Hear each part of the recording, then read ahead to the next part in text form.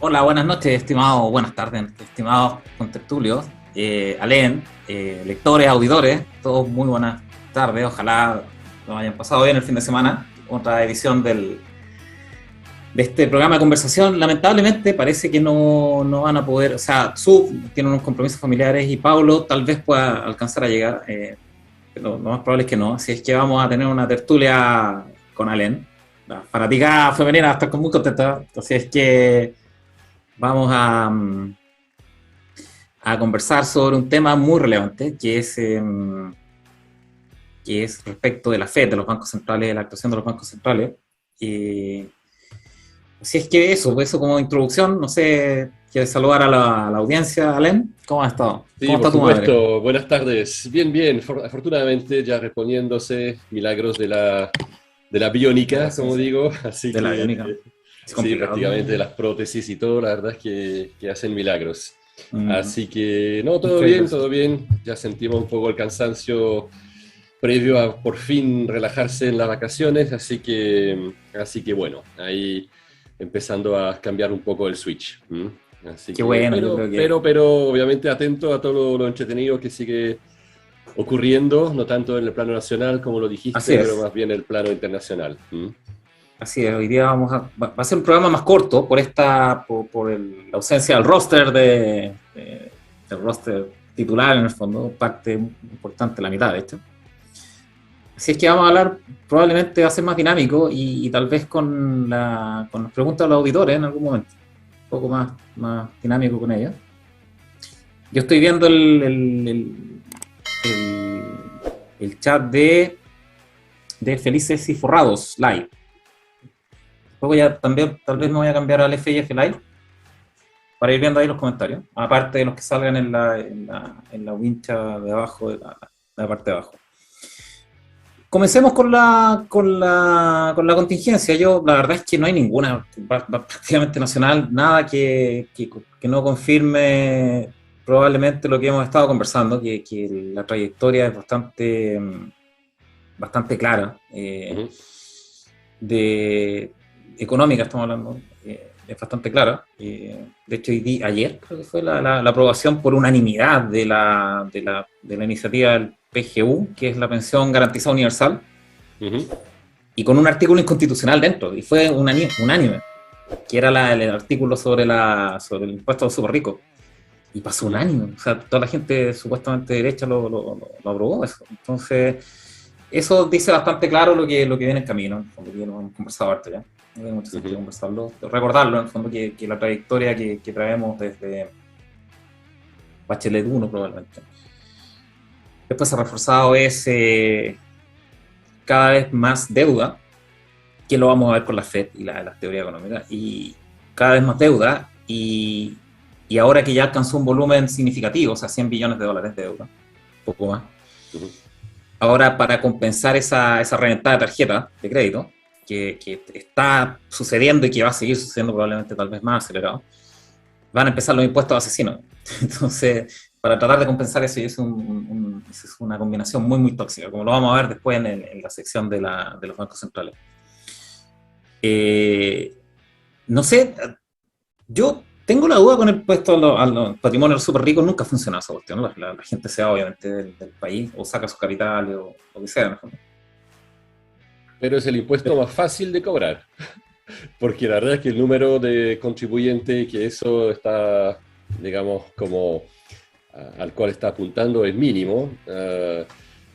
La gente dice, bueno, que paguen los ricos, ¿cierto? Eso es como muy fácil y no tiene ninguna, prácticamente, es irrelevante políticamente. Yo creo que, o sea, para la gran masa de votantes, etcétera, es algo sumamente popular y aunque no se sepa que no, prácticamente no genera nada sustancial. ¿M? Tú dices que es popular, llegamos a ese punto de resentimiento en el que es popular quitarle a los ricos.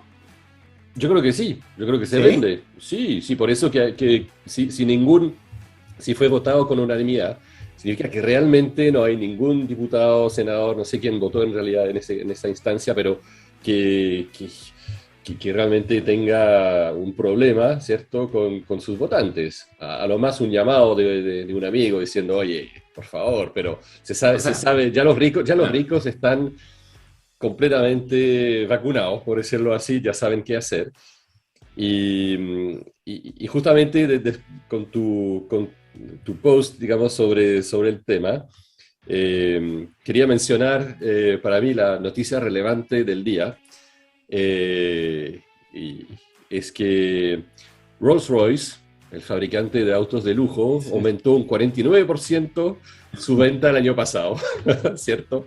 Y si quieres pedir un auto ahora, es un año de lista de espera, ¿cierto? Entonces, pero si tú ves, es lo mismo para Bentley, para Lamborghini, para Ferrari, para todas las marcas así, top, McLaren. De modo que la verdad es que los ricos están súper bien, muchas gracias. O sea, es prácticamente como un sentido de que se está haciendo lo contrario a prácticamente de lo que la tendencia quisiera hacer, ¿no? Y de eso creo que podemos hablar también, por qué se genera eso. ¿Mm? Lo que pasa es que los ricos son ricos, en el fondo. O sea, trabaja para ellos el capital y el capital es muy móvil. Eso lo pueden mover a cualquier lado. Salvo que Ujú. estén invertidos en propiedades, que probablemente van a empezar a deshacerse de ellas más temprano que tarde. Eso pensaba, Eh, mm, hasta que un amigo me dijo ayer que vendió un fondo en un mes o menos al precio que quería.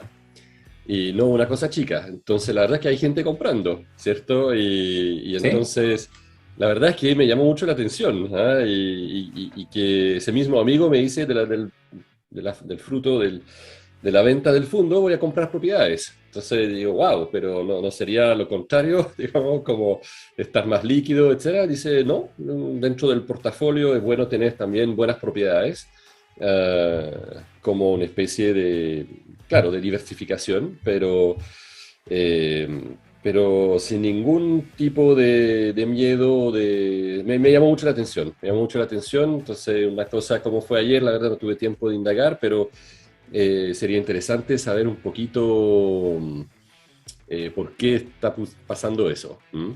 Así que, Yo creo que un poco confianza de que las cosas no van a empeorar tanto en términos tributarios y ujú, que probablemente sea cierto en la medida en que no empeore tanto la deuda. claro. Si empieza a correr mucho la deuda, o sea, empieza a gastarse mucho más dinero de lo que se recolecta, ahí va a empezar el tema tributario más duro. Y lo Ujú. más fácil de recolectar siempre son las casas, porque obviamente Sí. no la puedes liquidar de una sola vez. Pero sí es interesante, hay que ir viendo cómo progresa. Eso yo Ujú. no tengo tanto contacto con gente inmobiliaria, más con temas financieros. Así que no sé cómo estarán las ventas de casa. Hay algunas personas que han escrito en el blog dando tips respecto Ujú. de la situación. eh, pero efectivamente la gente de alto patrimonio, y lo comenté en algunos live hace un par de semanas, tal vez un mes, la gente de alto patrimonio, mucha de ella que no sabe de finanzas, de mercado financiero, no es que no sepa de finanzas, de mercado financiero, Ujú. busca protección de capital en los inmuebles. Y es verdad eso. O sea, es como una forma de refugiarse, ¿no? Sí. Y quizás un tema que podíamos tocar justamente a raíz del post ahí que hubo sobre un poco si comprar o no y un poco lo que significa comprar. Pero yo creo que a diferencia del trading puro y duro, la parte inmobiliaria es un poquito distinta porque hay que verla como una reserva de valor. Lo que Mm, significa que si, ¿cierto? Si tú compraste, digamos, no sé, hagámoslo sencillo, 100, un departamento de 100 millones a una tasa de 2% a 20 años, por decirlo ujú, así, no voy a hacer el cálculo mentalmente porque no soy capaz, pero tú vas a pagar un dividendo X, ¿cierto? ujú. Eh, y el valor de tu bien va a ser, digamos, al final de esos 20 años un valor X. Pero si baja el precio de la propiedad y que al final, pero que suben la tasa de interés fuertemente, así que baja a 60 millones, pero la tasa de interés es de 8%, por decir algo así, al final de los 20 años, tú habrás pagado más o menos, digamos, la misma cantidad. Entonces, el valor del bien, de alguna forma, el dinero que se habrá invertido, más o menos, va a ser el similar. Y lo otro es que si tú quieres vender tu departamento de 100 millones tú lo vendes por 60 millones, a nivel de valor inmobiliario, también si quieres recomprar algo o poner un pie, todo lo demás va a estar también más o menos a 60 millones. O sea, hay una Claro. especie de equilibrio a nivel nacional. Si uno lo ve a nivel internacional es más complicado porque hay tema de cambio de divisa, etcétera, que puede, y que también puede haber partes donde el inmobiliario está súper alto, cuando en otras partes está más bajo. Pero a nivel nacional yo creo que hay una especie de equilibrio que se mantiene mientras la gente se quede. Ahora, el caso Venezuela o incluso caso argentino, el problema empieza cuando la gente se va. Y eso sí que es liquidación, que es totalmente distinto a seguir haciendo funcionar un mercado inmobiliario, ¿cierto? Donde el valor de un techo sigue siendo más o menos, no va a decir siempre el mismo, pero mantiene valor de bien, digamos, de una casa para 2 personas, 4 personas, Si, eso es. si tú te quedas, claro, si tú te quedas, si la compras para vivir, en el fondo, Sí, el valor de mercado va a ser irrelevante en el fondo para ti porque estás viviendo ahí. No claro, tiene mucho valor. El problema es cuando, por ejemplo, tienes, digamos, 2 o 3 casas, tu casa en la playa, que la pagas con arriendo, ¿cierto? sí, eso sí. Y ya no tienes lucas para pagar eso. Ujú, Entonces tú, si eso es muy extendido, obviamente siempre sucede eso, hay periodos buenos y periodos malos en los que no puedes pagar viviendo, pero si eso se empieza a extender, si hay un periodo de recesión con altas tasas de desempleo y la gente ya no puede pagar eso, ujú, empiezan las liquidaciones. Y eso sí exactamente, te puede, sí, y ahí sí te puede pegar en el valor real, en el fondo. O sea, la deuda no disminuye, claro, la deuda jamás disminuye de valor, pero tu activo sí. Eso sí puede sí, ser, sí, ahí sí puede provocarse, pero depende también de las condiciones generales del mercado, claro, en el fondo. sí. Claro, pero sí, efectivamente, si la compras para vivir y siempre vives ahí, que suba o baje, te da un poco lo mismo, ¿no? O sea, la Ujú. percepción de riqueza mayor o menor la tienes, pero en el fondo sigues viviendo ahí, ¿no? Disfrutas de los beneficios de la valorización, porque probablemente se valorice porque hay mejores accesos, mejores rutas, mejores Ujú, mall, qué sé yo, lo que sea. claro, Pero efectivamente, el mercado inmobiliario es el más duro de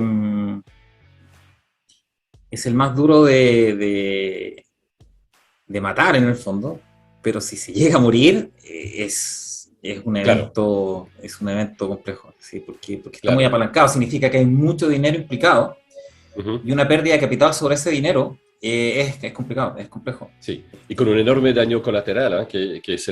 es un mercado que emplea muchísima gente Mm. para la construcción, para mantener la construcción, etcétera. Entonces, cuando se desploma el mercado inmobiliario, no hay construcción, no hay gente que quiera invertir, y ahí eso también provoca más cesantía todavía, ¿no? La cesantía a nivel de la construcción puede ser muy fuerte también, porque emplea a mucha gente, ¿no? Entonces, Así es. pero también eso hace que cuando se desploma el mercado inmobiliario, efectivamente no hay construcción y entonces empieza la escasez de alguna forma. O sea, ya si la población sigue creciendo y obviamente no hay un éxodo, de nuevo como Venezuela, ahí, bueno, hay una escasez también que se va produciendo de bienes, etc. Entonces, apenas si uno piensa que después de un tiempo la economía vuelve, esa escasez durante un tiempo es bastante beneficiosa para la gente que sí tiene una propiedad, porque ahí los precios van recuperándose más o menos rápido, en general, con la economía, con la economía. Ay, no sé, Pero todo eso, hay muchos los supuestos temas, ahí, hay muchos los temas, supuestos, porque mm, sí, que los temas inmobiliarios son demasiado, se llama apalancamiento en el fondo, que es demasiado dinero que trajiste al presente. Entonces, sí, sí, cuando hay una crisis inmobiliaria, es mucho el valor de capital que se borra del mapa. ujú, sí, Y eso obviamente genera mucho daño en términos de patrimonio, pero también mucho daño en la confianza de volver a invertir. Como en, ujú, todo como en todos los ciclos, cuando todo está bonito, todo parece unicornio y arbolito, la cuestión, ¿no? ujú, La gente se sube a esa tendencia y piensa que siempre va a seguir de esa manera. Lo mismo pasa en el siguiente ciclo, que es en el fondo de pesimismo o recesión. La gente siempre piensa que va a seguir esa etapa. Son claro, ciclos, sí, pero el problema de un ciclo recesivo o depresivo con un colapso de deuda inmobiliaria es que es muy profundo. Es mucho Sí, capital el implicado. por No es como supuesto, las sí. acciones. Las acciones afectan a un pequeño margen de la economía, en general, digamos. O sea, los que reciben el impacto grandote, si bien es cierto, afecta a la economía, pero más indirectamente. En cambio, Ujú. en el inmobiliario, ¿no? El inmobiliario Claro, es un impacto gigante y directo a la economía, por lo tanto, ahí sí, tiene un sí, impacto mucho mayor. claro. Pero pero efectivamente es parte relevante del patrimonio de los súper ricos. Los inmuebles. Dos cosas importantes de los patrimonios de los súper ricos tienen en cartera. Los inmuebles, cosas inmobiliarias, temas inmobiliarios, terreno, etcétera, etcétera. Y probablemente participaciones de subempresas. Los Ujú. ricos son ricos porque la mayoría, los empresarios, no estoy hablando de deportistas, en ese tipo de cosas, pero la enorme mayoría que invierten.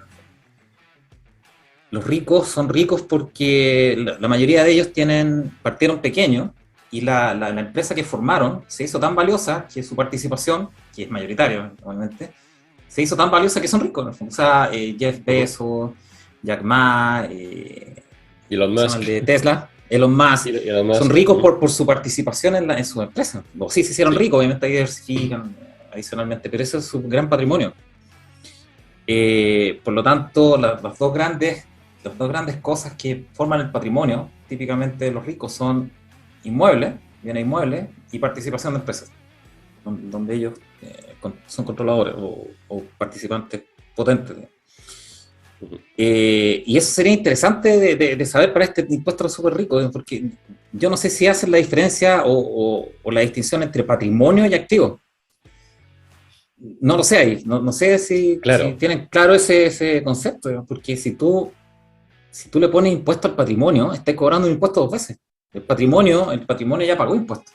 Ujú. El patrimonio Exacto. es la suma de toda tu utilidad. En una empresa es la suma de toda tu utilidad anterior, más los aportes de capital, menos los retiros de capital, etc. Pero más o menos.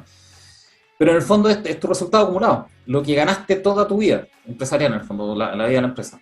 Es el Ujú. patrimonio. Por lo tanto, esas utilidades ya pagaron impuestos. Ujú.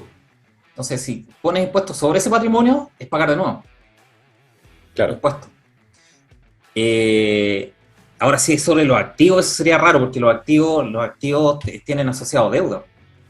O sea, la parte de deuda y pasivo es lo que financia los activos. Ujú. Entonces, ¿cómo le vaya a colocar impuestos a los activos en el fondo? Una persona pues, tiene deuda asociada, Sí. pues como que le cobres el valor full de una casa a una persona, que está, no sé, 100 millones, 120 millones, pero tiene una deuda hipotecaria de 110 millones, tal vez ha pagado algo. ¿Le vaya a cobrar sobre 120 millones? Claro. No, no, no se Y puede. se derraría. O sea, no sé, pues, con Además, estos o sea, pasteles que claro, teníamos de a cargo, no se sé. podría, claro, sí, sí. No, No sé qué están eso, considerando yo la ahí. verdad es que encuentro también que ese tipo de impuestos sobre los super ricos o lo que estamos viendo son uno de lo que podría llamarlo como impuestos terminales, porque ya hay muchos principios como la igualdad ante la ley, la no discriminación, etcétera. Bueno, la gente rica ha pagado también impuestos, ¿cierto?, acorde a la ley, salvo Sí. obviamente los que evaden y todo, pero eso es otro tema.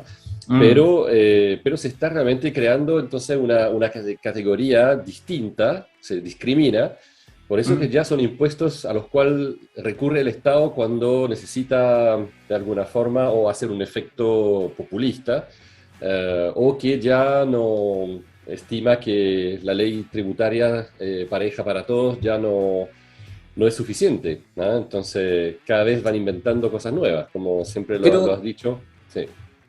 Pero la trayectoria está súper clara. Van a reventar las tarjetas y van a tratar de verse responsables, reventando impuestos a todo el mundo. Somos responsables. Ingresos permanentes para gastos permanentes. Ese Claro, claro. es el mantra de esta administración. En Ujú. realidad, no solamente de esta. Estoy hablando de la que viene, que es de la administración Boric, pero también Piñera. Piñera se endeudó en Sí, 30 sí. Ujú. billones de dólares por sobre la recolección. O el presupuesto, no recuerdo muy bien ahí el punto, pero 30 billones de dólares en exceso de lo que debería haber gastado. Ujú. Y esa es una tendencia que traemos desde Bachelet 1. No sé, es que, ¿por qué va a cambiar esa tendencia? No, no, no, no, no, No, no, no. porque O sea, sería volver realmente a una ¿cómo se puede decir? Yo creo que usaste el término ahí claro, reducir el gasto fiscal, una austeridad, digamos, que sería lo ortodoxo, digamos, que había que hacer ahora, austeridad total y volver al equilibrio, incluso al superávit estructural y todo, y ahí sí que eso sí que nunca más, digamos, o sea, por un largo tiempo, eso está clarísimo. No, cuando ya empieza un Ponzi no para hasta que se derrumba, no, el Ponzi. Mm, Así funcionan claro. los Ponzi, ¿no? Eh, no sé si hay otro tema más contingente interno, como para tocarlo antes de que pasemos al tema principal, que es la Fed, en el fondo. Yo creo Sí, sí, yo que creo es un tema muy que relevante sí, para sí. tocar. ¿Mm? No sé si quieres ir con eso, Alen, para Yo creo que discutirlo. sí, por supuesto, sí, sí, porque el tema acá, la verdad que le hemos dado vuelta y ya estamos de alguna forma hablando, anticipando un poco también lo que va a hacer la Fed, porque es relevante, es muy relevante ese tema de la Fed. Ya, pues entonces vamos con el tema principal, jefa. Vamos a hacer un programa extremadamente expreso.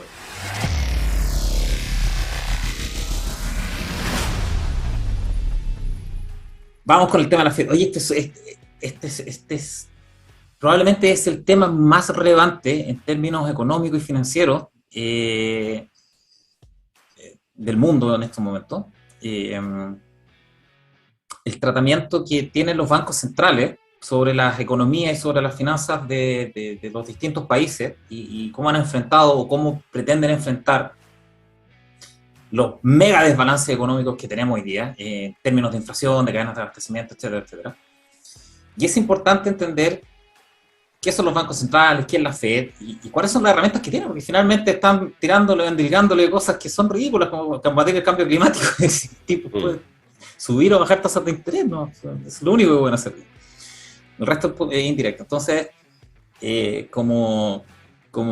aparte, adicional a algunas iniciativas que he visto para la convención, respecto al Banco Central que se autonomice. Yo creo que lo hemos discutido antes, pero rápidamente, la Fed, que es el Banco Central moderno en esencia, por esencia, todos los bancos centrales modernos han copiado la Fed, su diseño, salvo el tema federal. El diseño original del Banco Central, de la Fed, era un banco de bancos, o un banco para bancos, para que rescatara a los bancos. ¿Por qué? Porque el principal problema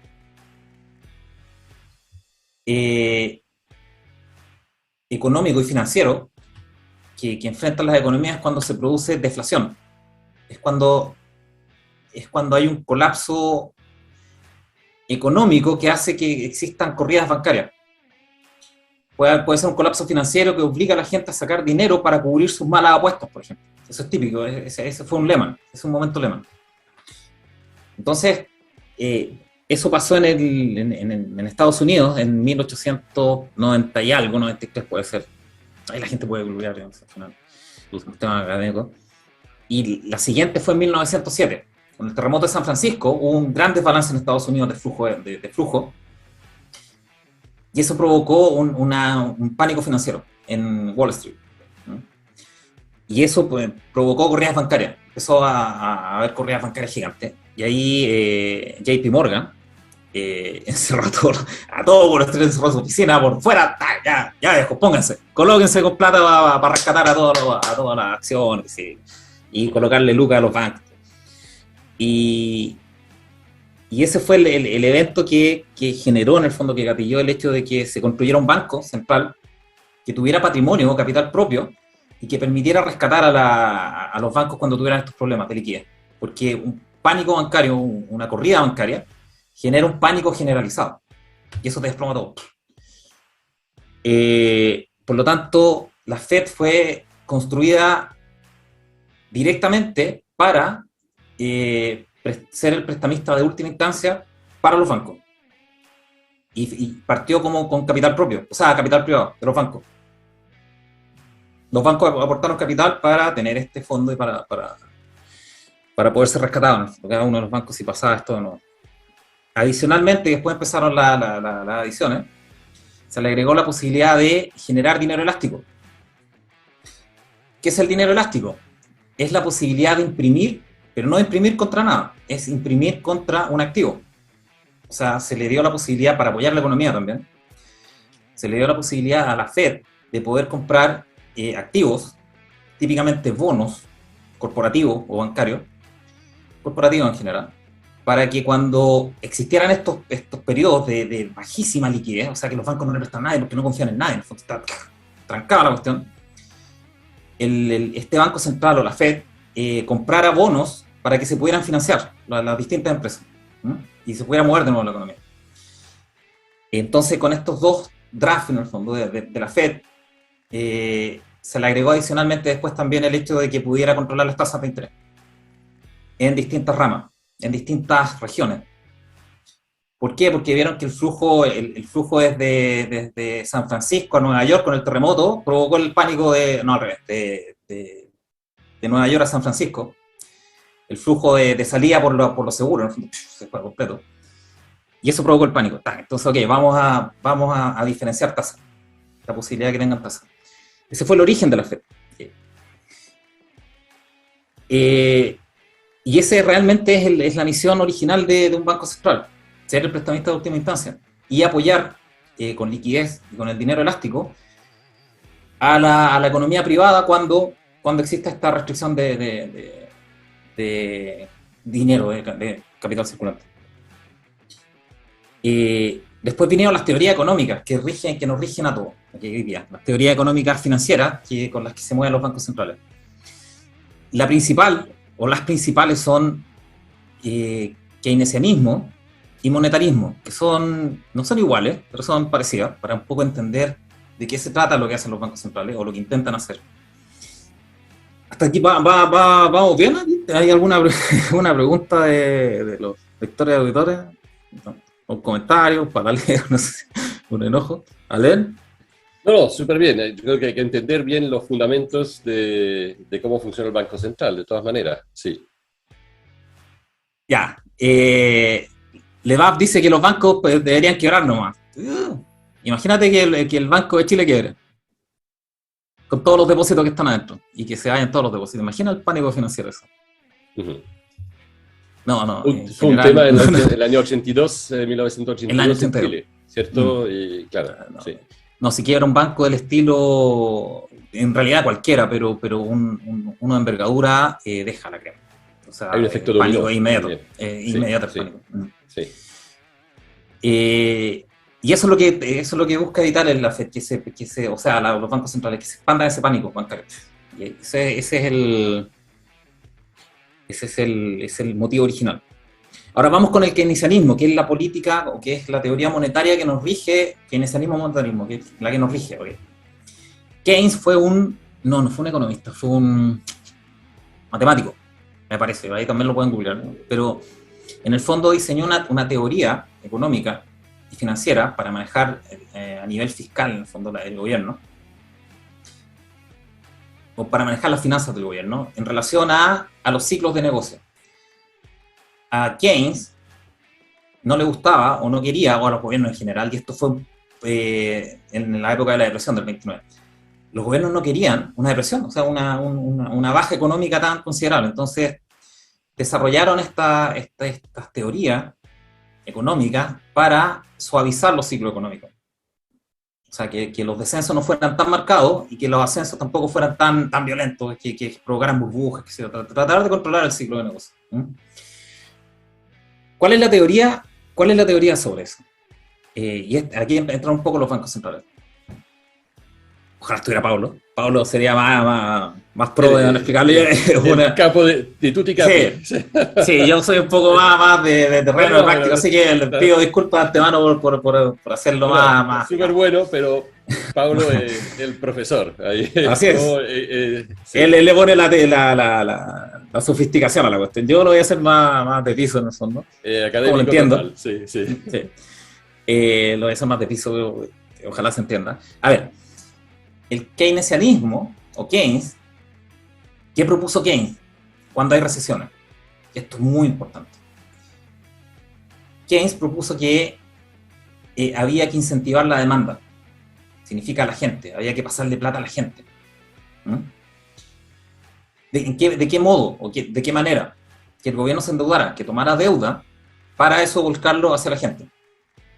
Puede ser indirectamente vía proyectos de infraestructura y trabajo estatal, en el fondo, que permitieran que la gente recibiera un sueldo y lo pusiera a trabajar. Esa es la forma en que Keynes visualizaba que en una bajada económica, en una recesión, el Estado tenía que intervenir. El Estado, no el gobierno. El Estado tenía que tomar deuda a dos manos y meter esa deuda, ese capital en la economía. En la forma en que ya lo comenté, infraestructura, trabajo, estatal, etcétera, etcétera. Adicionalmente, y eso es una adición con las tasas, el Banco Central puede intervenir bajando las tasas de interés. ¿Por qué? Porque se entiende que se hace más atractivo para la gente tomar crédito. El capital se expande con crédito. O sea, el dinero se expande cuando la gente toma un crédito. Se crea dinero apalancado, de hecho, de los bancos. O sea, así se llama. Cuando tú vas a pedir un crédito, se crea dinero. Ahora, ¿cuándo se crea dinero? Cuando tú pides el crédito. Si nadie pide crédito, el dinero no se crea. Eso es importante. No es que el banco pueda crearlo de la nada. Obviamente no. Se crea contra un crédito. Se crea una doble entrada de crédito versus el tipo que lo recibe, el tipo o la empresa, si un hipotecario, la empresa constructora, o la inmobiliaria. Entonces, si estáis muy enredados, me dicen que es un tema bien complejo. No sé si se entiende hasta ahora el tema del keynesianismo. Yo encuentro que está clarísimo, sí. Ok, entonces el keynesianismo, la teoría de Keynes, que le gustó mucho a los gobiernos, sobre todo a Roosevelt, que era el que comandaba el tema en Estados Unidos en esa época, le gustó mucho. ¿Por qué? Porque le daba permiso al gobierno de endeudarse, claramente. En una recesión, endeúdate y apoya la economía y baja las tasas de interés para que la gente tenga más atractivo endeudarse. Esa es la teoría bajo las tasas de interés. Ahora, ¿cuál es el caveat, como dice Joaquín? ¿Cuál es la contraparte? Que en el ámbito fiscal, Keynes sugería endeudarse, apoyar la economía, bajar las tasas de interés para que el crédito privado se creara, para que la gente tomara crédito, para consumir, también para emprender, y también tenía que bajar impuestos, ¿no? Para apoyar el emprendimiento, para apoyar la creación de empleos privados y actividad privada. Ese era el esquema completo de Keynes. La idea era que fuera justamente contracíclico. Cuando el ciclo de crear riqueza está bajando, se sustituye momentáneamente para que no baje del todo, destruyendo todo, pero se espera, obviamente, se hace eso en previsión de que el ciclo vuelva a subir. Y entonces hay que preparar, digamos, ese periodo, apuntalar un poco la economía para que cuando el ciclo sea de nuevo ascendente, todo lo que se ha invertido y todo pueda, digamos, de alguna forma pagar la deuda que se contrajo a nivel de gobierno o a nivel de privado. Ese es el ciclo lógico. Cuando tienes problemas, claro, cuando tienes una emergencia, echas mano de la línea de crédito y te vas con todo para tratar de solucionarlo. Cuando sales de la emergencia, empiezas a recortar gastos, empiezas a recortar lo que te provocó la emergencia, en el fondo, y empiezas a tratar de generar más ingresos o recortar gastos para poder compensar y pagar la deuda. En el ámbito fiscal, ¿cuál sería? Una vez que ya saliste del problema, de la recesión, y empezaste a crecer sostenidamente, tú vuelves los impuestos a la etapa anterior, en el fondo, anterior a tu bajada de impuestos por recesión, y dejas de emitir deuda. Reduces tu emisión de deuda. Por lo tanto, vuelves a compensar, en el fondo, y quedas preparado nuevamente en términos de rating de crédito, etcétera, etcétera, para una nueva recesión. O sea, ese debería ser la misión del gobierno en visión de Keynes. Okay. ¿Cuál es el problema de esto? ¿Cuál es el gran problema?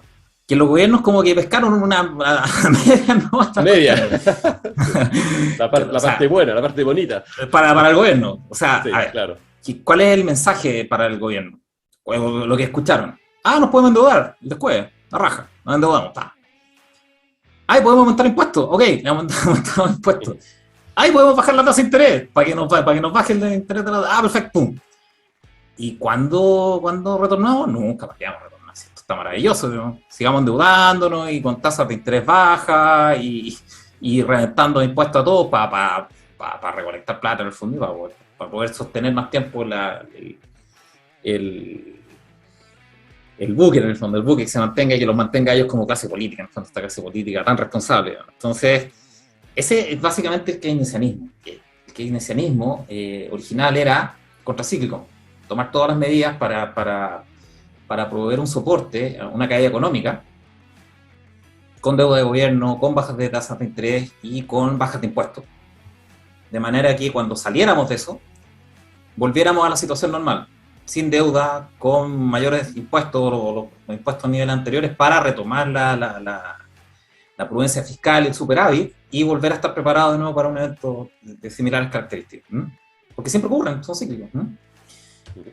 ¿Cuál es el problema? Se le olvidó la parte de bajar los impuestos y de dejar de emitir deuda cuando sale del problema recesivo. Bien. Entonces, desde la Segunda Guerra Mundial, probablemente, post Segunda Guerra Mundial, todo el mundo occidental ha estado en un keynesianismo básicamente a media, que es endeudarte y endeudarte y endeudarte, y en la medida en que empiezan a surgir problemas con el pago, subir impuestos, subir impuestos, subir impuestos, subir impuestos. En algunos casos corporativos, en otros casos las personas, pero en general esa es la trayectoria. Y te vas pegando porrazo en el fondo, pero sigues con esa trayectoria. ¿Y cuál es el problema que tenemos ahora en el mundo? Europa, básicamente. Europa aplicó una política, no sé si se ha entendido eso como para los lectores que pueden hacer comentarios. O Alen, no sé si tú estás de acuerdo. ¿Estás de acuerdo? Sí, estoy de acuerdo, o sea, entiendo el mecanismo, pero sí, es exactamente eso. Entonces, ¿cuál es el problema actual, el que tenemos hoy día? Y por el cual la Fed está haciendo lo que está haciendo, que es un poco el tema principal. Después de la crisis financiera, circa 2008, circa 2008-2009, cuando los bancos centrales del mundo iniciaron este proceso de relajamiento o de mucha expansividad monetaria, se llama eso en el fondo, que es tirar plata por la ventana, con múltiples medidas, entre ellas el famoso QE, el Christoph Lange está haciendo alusión a los QE. ¿Qué hora es? Bueno, sí. El QE, el quantitative easing o relajamiento cuantitativo, significa, a ver, la crisis del 2007-2008 fue por los bonos basura, o sea, por la hipoteca basura. No sé si recuerdan. Por los empaquetados que se hicieron y que los clasificaron AAA, y por ende todo el mundo tenía en su activo cosas que estaban catalogadas como AAA, pero en realidad eran basura. Entonces eso provocó todo este freeze de crédito, en el fondo colapso, etcétera. Porque nadie sabía en realidad en quién confiar.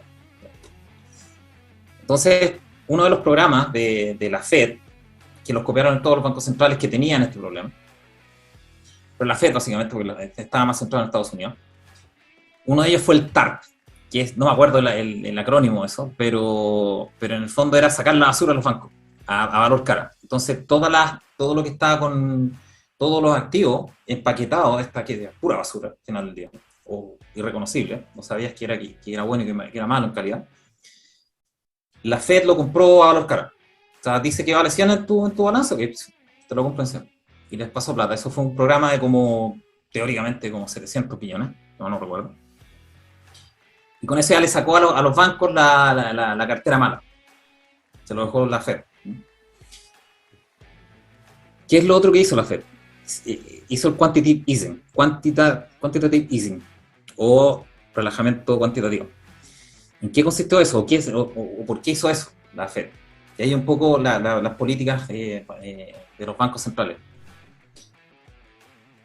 Como quedó tan la crema con el tema hipotecario, nadie quería ni pedir crédito hipotecario, ni entregarlo. Las bancas estaban muy reticentes, obviamente, a entregar crédito. Entonces, el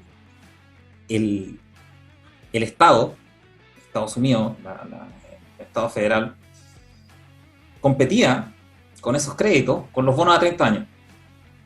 O sea, los bancos preferían obviamente comprar un bono a 30 años de Estados Unidos que entregarle un crédito hipotecario a un X a 30 años. Sobre todo en este escenario de colapso financiero. Entonces lo que hizo la Fed fue comprar todos los bonos, o los que más pudo, a 30 años y sacarlos del mercado. De manera que los bancos no tuvieran la alternativa competitiva del Estado para colocar dinero, o para comprarle dinero y para crear este dinero y que les pagaran intereses. Entonces lo que tenía que hacer el banco supuestamente era entregar crédito hipotecario, porque ya no podía colocarlo en bonos a 30 años. Ese fue en esencia el quantitative easing, que la Fed retiró la alternativa a 30 años del Estado. Solamente dejó la alternativa de mercado, que son los hipotecarios, a 30 años, para que los bancos pudieran entregar. No sé si se entiende eso. ¿Sí? Está clarito, sí. Ya, entonces, como incentivo, es algo muy indirecto. No es que fuese directamente a intervenir los bancos y les dijera, ¿sabes qué más? Tenéis que entregar crédito, como lo hizo aquí el Banco Central, por ejemplo. El Banco Central fue muy directo con el programa de crédito respaldado, ¿no? Del año pasado. Fue muy directo. O sea, yo te paso plata en la medida en que tú prestes plata. Si no me demuestras que prestáis plata, yo no te paso plata. Sí, así es simple. Entonces, fue muy directo. Fue muy diferente a la gente. ¿No? ¿Sí? Ok, entonces, estamos en la crisis de financiera. Se me conectó Se me conectaron los audífonos. ¿Se escucha? Sí, sí. Súper bien. A ver. Ya, entonces estamos en la crisis financiera. Que tomó la Fed, que es el Banco Central de Estados Unidos, para tratar de incentivar, que aparte de bajar las tasas.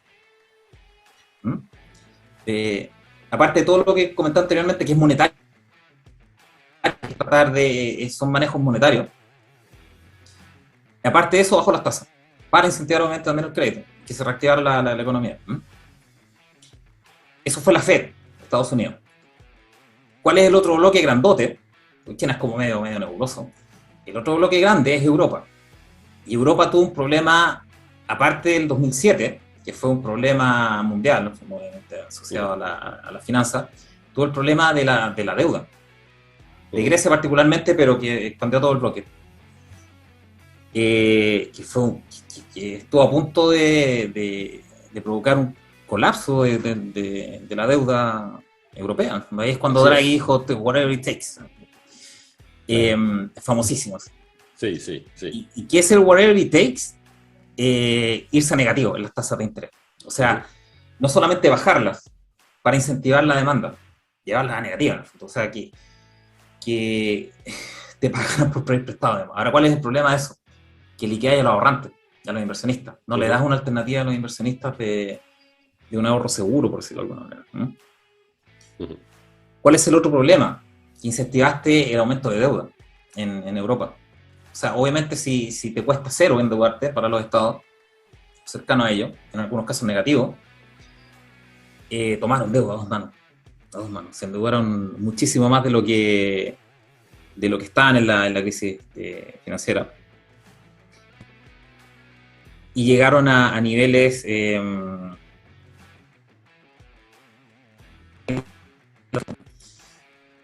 en el que liquidaron sus mercados de bonos, básicamente. ¿Quién va a comprar los bonos europeos? Solamente el Banco Central. Están en esa situación en el Banco Central. La Fed nunca quiso enganchar vamos ahora con la Fed, con el tema de la Fed. La Fed nunca quiso enganchar en tasas negativas. Nunca. Sabía perfectamente que era una política desastrosísima. ¿Y por qué, con todo respeto, que los gringos no lo hubieran entendido?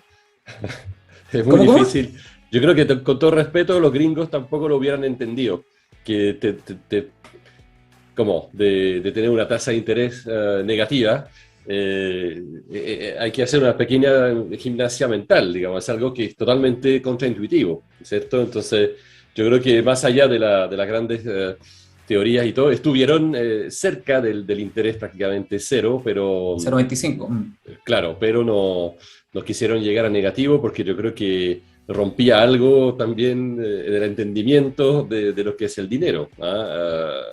Para los gringos. Creo que la mentalidad es distinta también a los europeos, entonces yo creo que hay algo contraintuitivo de tener tasa de interés negativa, ¿no? Y yo creo que hubiera sido aún peor, de todas maneras. Difícil saber por qué no engancharon lo sabían, entendían cuáles eran los efectos, era algo que veían en su mercado interbancario nocturno, en el fondo, porque generalmente en los mercados interbancarios nocturnos no hay tasas negativas de interés, se producen, pero son circunstanciales. Generalmente están sobre el cero. No sé, la verdad es que ahí es difícil de entender. Si son capos, son secos, fue suerte, digamos, fue costumbre. Pero hay un tema quizá psicológico más fuerte, pienso yo, así como sin estar metido obviamente en eso muy, muy fuerte, pero la verdad es que yo creo que hay un tema psicológico que el dólar no puede como generar un interés negativo. Hay un tema quizás psicológico. Puede ser, pero también es cierto que la Fed se mantuvo mucho tiempo, bueno, todavía hasta ahora, porque fue un anuncio de que iba a anunciar, de que iba o tenía la intención de aumentar las tasas, no es que la haya aumentado.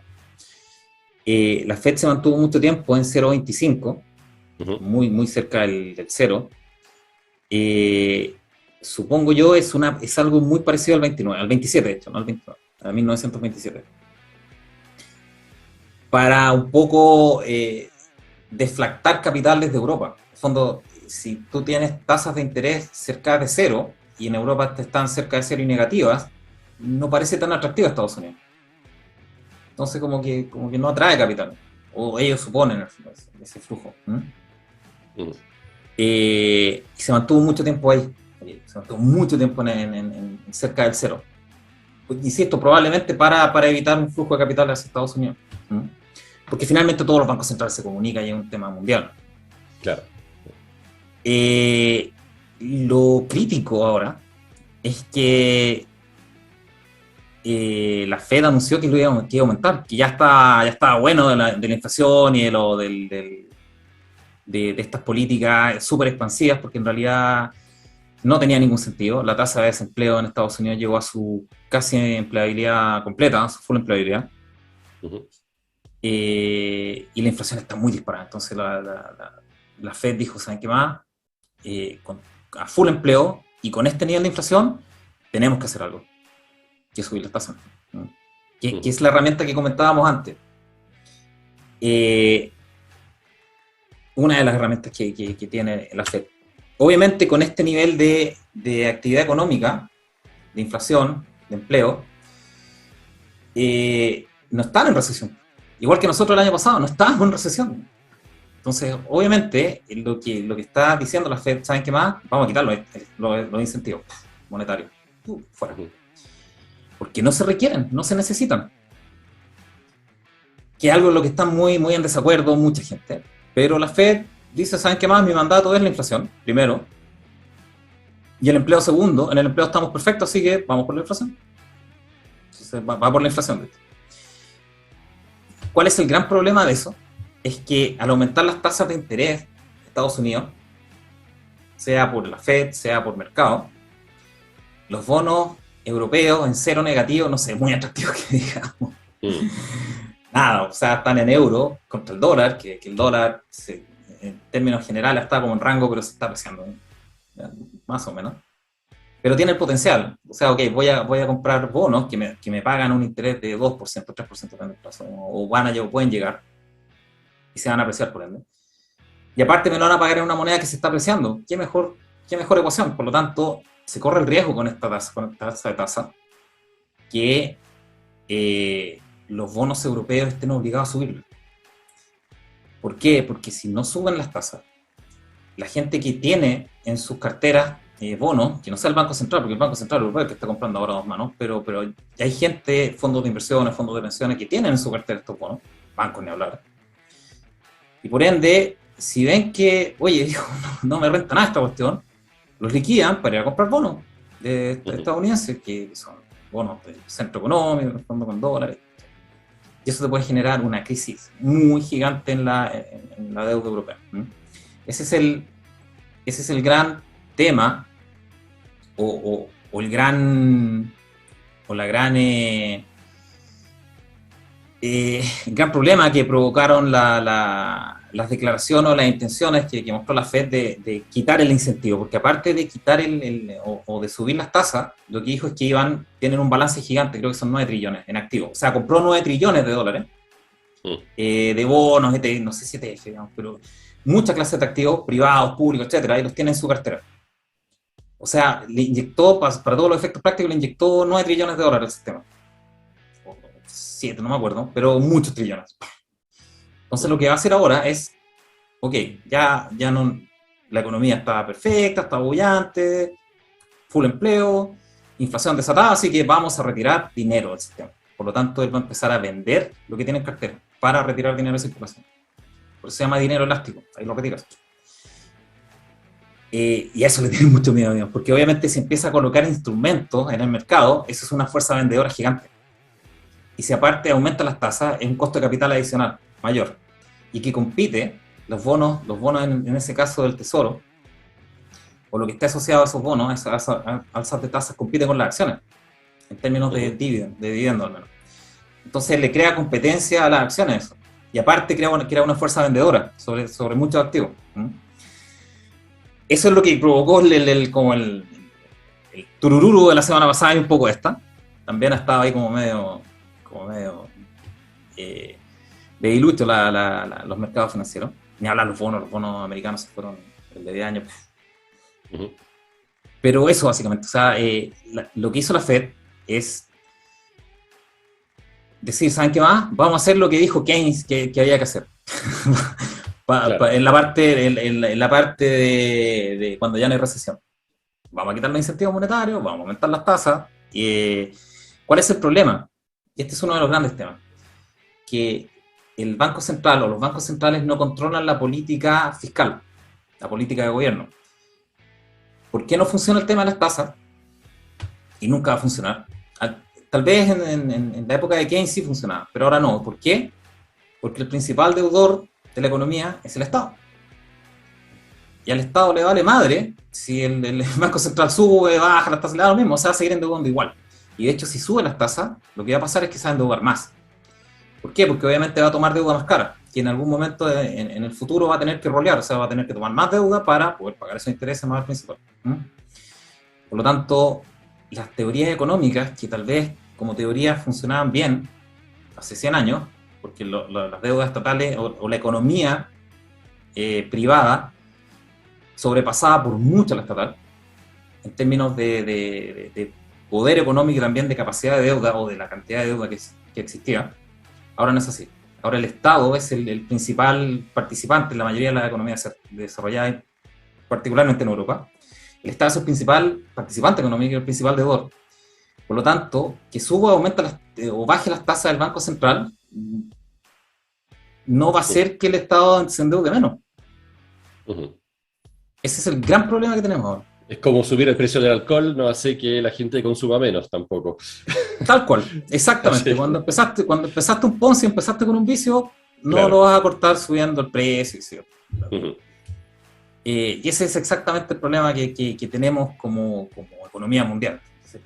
Que la teoría keynesiana, o de tasas de interés, o de estimular la demanda, o desincentivar la demanda cuando está muy recalentada la economía, solo funciona para la economía, o teóricamente solo funcionaría para la economía privada. Pero el principal actor económico hoy día es el Estado.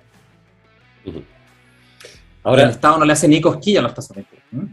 Claro, yo creo que para complementar quizá algunas ideas, me parece interesante, digamos, decir un par de cosas. Es que, si bien la teoría keynesiana ha funcionado y puede seguir funcionando, yo creo que el problema, de nuevo, son las distorsiones que hay, ¿cierto? Y una gran distorsión es que la gente que está más cercana a la Fed, para decir, los grandes bancos, los grandes fondos de inversión, las grandes compañías que pueden recibir el dinero muy barato, han distorsionado eso, Sí, claro. justamente diciendo que en lugar de ir a prestar a la gente, como lo dijiste aquí en Chile, era contrapréstamo a la gente, Mm, pero en Estados Unidos no, fue dar no, directamente dinero a los grandes bancos, a los grandes fondos.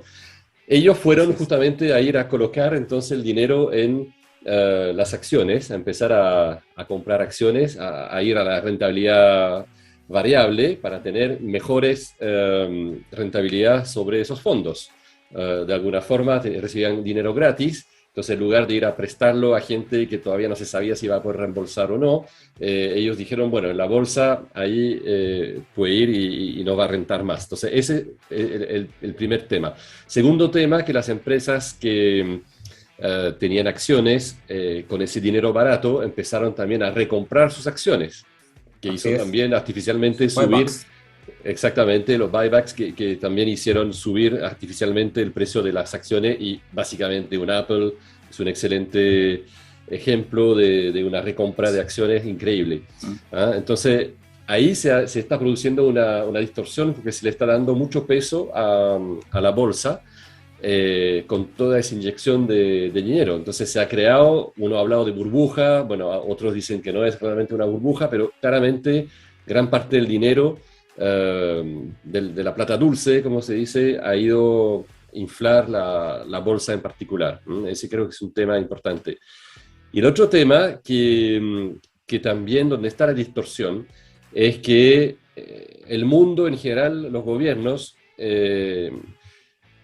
yo diría que nunca se han hecho cargo como ahora de la actividad de la gente, ¿cierto? O sea, un buen gobierno o un buen Estado, ¿qué debería hacer? Debería dejar tranquilo y dar un marco legal, un marco de estabilidad será al 80%, al 90% de la gente para ujú. que se desarrolle, para que vivan, para que hagan sus cosas, lo que el ser humano siempre ha podido hacer. Y el Estado entonces puede efectivamente recaudar impuestos y todo para ayudar al 10%, 20% más débil.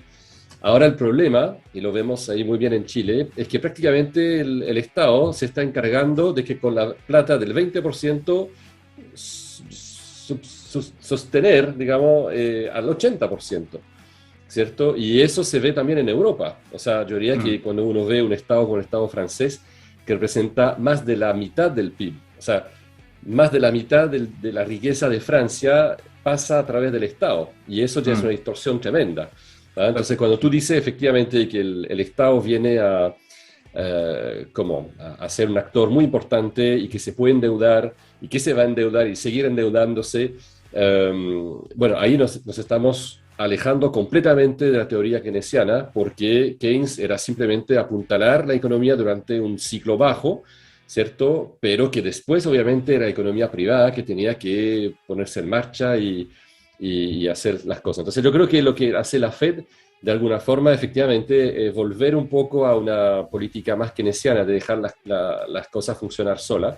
Eh, pero gran parte del mundo eh, está, digamos, en unos 10, 12 años, ha empezado a tomarle el gusto a la plata dulce, Europa ni hablar, y entonces va a ser muy difícil el destete, digamos, de decir, no, no, ahora la economía va a tener que sostener solo. Y ahí puede venir lo que podría ser un sinceramiento de la realidad económica, cuando uno diga, bueno, ustedes vuelan solo, y uno va a ver que muchas empresas, muchas instituciones no son capaces de volar solas y se van a reventar, digamos, que creo que es un poco el problema. Cuando se quite todo ese apoyo, por eso que no lo van a poder hacer, ¿no? Y ahí entramos en otra teoría que se hizo prácticamente imprescindible, que es la famosa teoría monetaria moderna, ¿ah? Que endeudarse al infinito, Mm. porque no hay alternativa. O sea, es como, ¿De, de dónde nace esa teoría monetaria moderna? Justo de Europa. Porque claro, Europa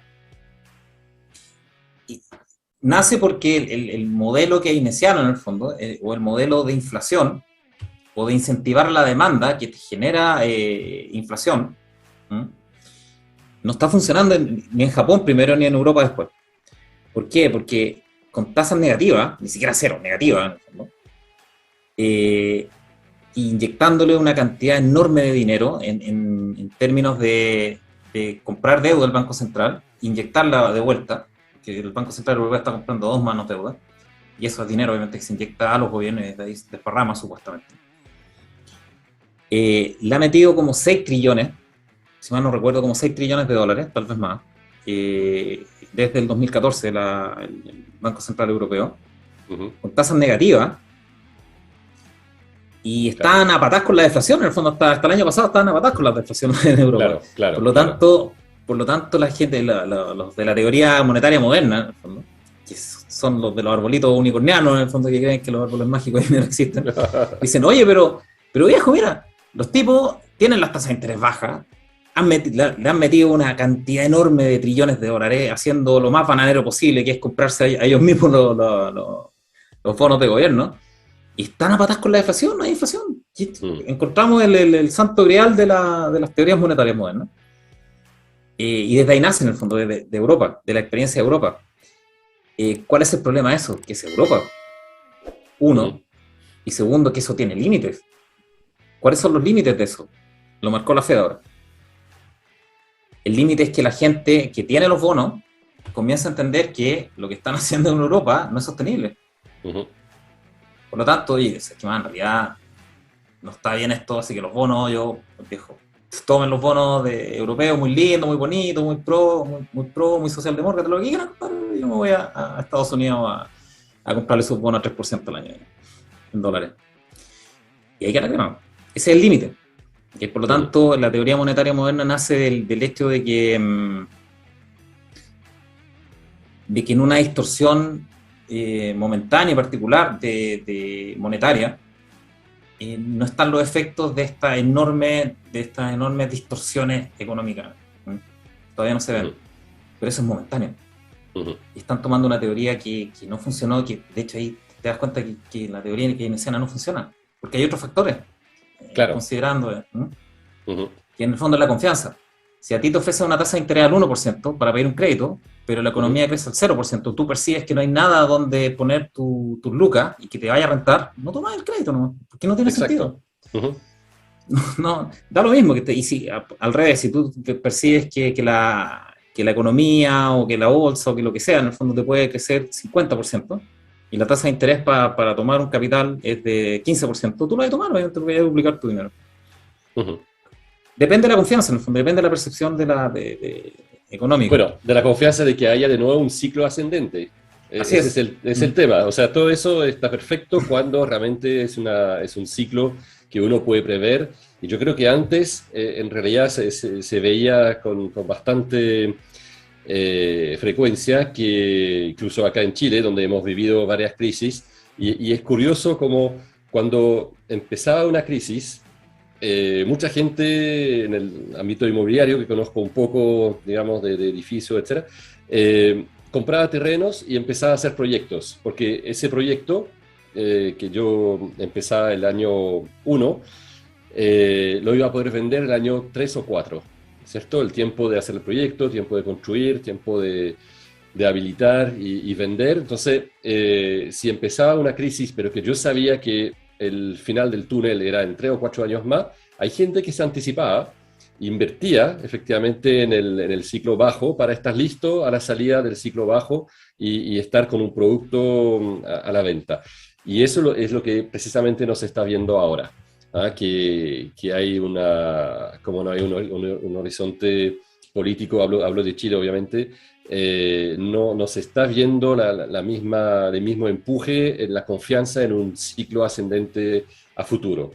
Cosa que en Estados Unidos es un poco lo contrario, porque se ve que la economía está funcionando y mal que mal ya algunos están soñando con Trump 2024. O sea, parece una estupidez, pero dicen, bueno, Biden va a tener su ciclo, no lo está haciendo tan bien y la gente se va a cansar, y ya están diciendo, bueno, si bastaría que Trump u otra figura, no sé quién, digamos, más o menos fuerte,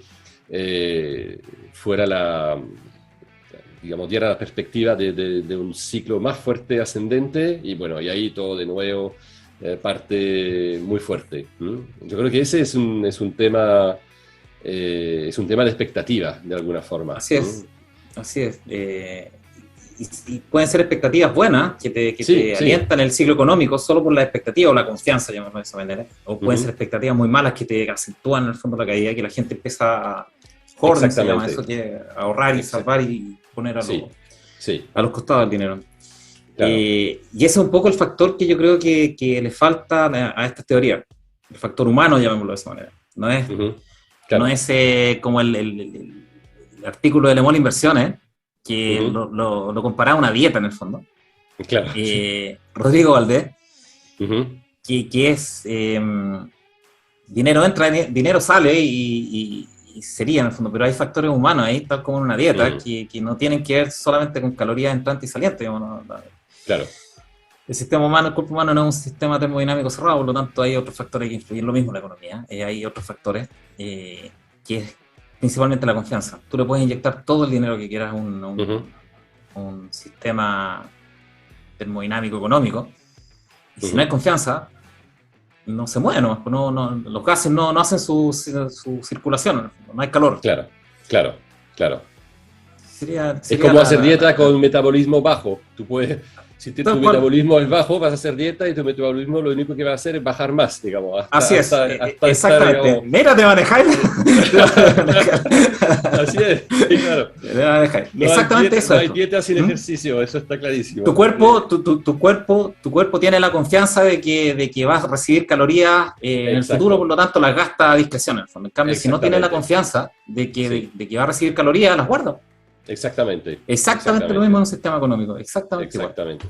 Entonces, y estamos, ahí la metáfora de nuestro amigo ahí, Valdés, era bastante buena, pero exactamente faltó ese factor, digamos, factor humano, ese factor humano de confianza, y es asombroso, pero así es. Y tú ves que una persona muy inteligente comete ese error. También es bastante grave, de alguna forma, que una mente economista de referencia no vaya a ver un poquito más allá y claro. Y con un ejemplo que es clarísimo, que hacer dieta por dieta no te sirve, digamos, y vaya a rebotar. Exactamente. Y consumir músculo también, que si uno sigue, digamos, las betas, creo que es bastante buena la metáfora, pero claramente también si uno no hace ejercicio, etcétera, dieta hace que uno va consumiendo grasa, pero también músculo, y ahí después para levantarse es cada vez más complicado. Entonces es un círculo vicioso que hace que no va a funcionar, claramente. Es como un termostato que te va bajando, que es lo mismo, exactamente lo mismo en la economía. La confianza te va bajando al punto es que puede ser irrecuperable. Por ejemplo, no sé, países como Venezuela, por ejemplo, el termostato está tan bajo que tú no va a haber ninguna actividad en el fondo. Confianza. El metabolismo de Venezuela es cero. Claro. No se mueve nada. Y es por eso también que, volviendo un poco a ampliar el espectro, que el tema COVID también es tan relevante, a pesar de todo, cómo ha sido manejado, etcétera, pero el tema COVID está realmente... yo diría, atacando la confianza en el futuro, al menos en ciertas industrias como el turismo, como los viajes, como restaurantes, etcétera, y lo que se está viendo de nuevo en Europa en particular, que como de nuevo piensan cerrar, digamos, cada vez más cosas, etcétera. Bueno, el pesimismo está, y estamos en pleno invierno y todo allá, entonces se nota, digamos, que la cosa está pesando. Entonces es bastante complejo ese factor también pandémico, que es de un peso adicional contra el ciclo ascendente que todos esperamos. Imagínate la gente del turismo, ¿tendrá alguna ganas de invertir? ¿Algo? Súper difícil. Y la cultura también ha sido súper golpeada, digamos, restaurantes, todas esas cosas, es súper fuerte. Entonces ahí estamos, digamos, o sea, el mundo puede ir perdiendo realmente unos sectores así que eran sectores relevantes de la economía y se están empezando a perder un poco, y así que la pandemia también es un tema de confianza, muy fuerte. Ahora, ¿cómo nos pega a nosotros la FED? Ok, la FED lo que está haciendo es hacer lo que dijo Keynes hace como 100 años, o menos, que es elevar las tasas y quitar el incentivo y quitar dinero de circulación. Son las dos herramientas. Las dos herramientas que tiene la Fed y que la está ocupando íntegra. Piensa ocuparla. Subir las tasas, sacar el dinero. Colocando activos de nuevo en la economía. ¿Cómo nos pega eso a nosotros? Y finalmente nos interesa lo que nos pasa a nosotros, ¿no? El Banco Central chileno ha sido muy activo en empatarse en el fondo.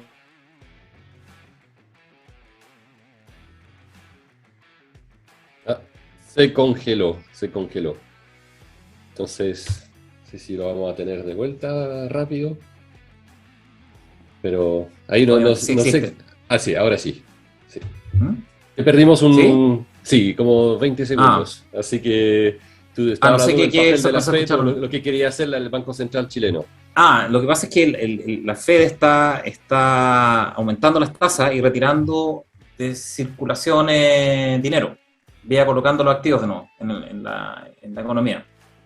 Que es exactamente lo que está haciendo nuestro Banco Central. Está aumentando las tasas bastante agresivamente.